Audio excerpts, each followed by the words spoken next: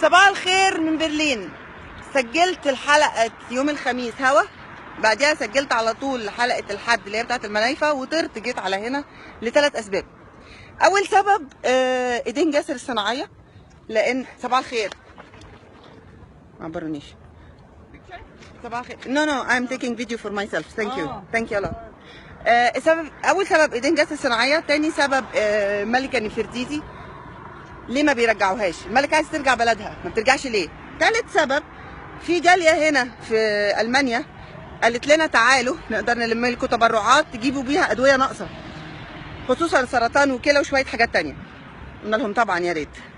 أفاجأ بزمايلي في مصر بيقولوا الحقي فيديو المنوفية عامل قلق، الناس بتشتم، الناس زعلانة. زعلانين ليه؟ زعلانين ليه؟ قال إيه؟ بتريق على المنايفة انهم بخلة. فين ده؟ انت طلبتي فطار وما هم ما جابولكيش. ده كلام؟ طب ده كلام؟ ده انا كنت على مفرق، ده انا حتى ما اعرفش اذا كنت في المنوفيه ولا لا. وبعدين تلقت بني ادمين زي دول، اي حد هتقولي له اي حاجه في قدامه كاميرا هيزبهل، هيندهش. احنا بنهزر يا جماعه، بنهزر، وكل بلد فيها وفيها. طب بلاش.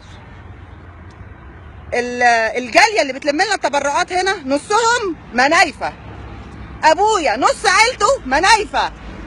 بلاش، احنا بنلم تبرعات يا منوفيين مصر. في 2 مليون جنيه لازم يتلموا، لان الادويه هنا غاليه، اليورو ب20 جنيه. فلو سمحتوا في هاشتاج هننزله اسمه كرم المنايفه، ورونا تبرعاتكم. انا واثقه ان احنا هنلم 2 مليون جنيه في اقل من 2 مليون دقيقه. يا جماعه مش كده، انا عارفه الناس عندها كبت وضيق، وبيطلعوه في اي حاجه ينفع يطلع فيها كبتهم. انا معاكم، بس ما تسيبوش الشغل العظيم الكبير وتمسكوا في حته ضيقه فيه. مش كده. اذا كنا احنا معاكم خليكم انتوا كمان معانا. يلا ورونا تبرعاتكم، ثانية.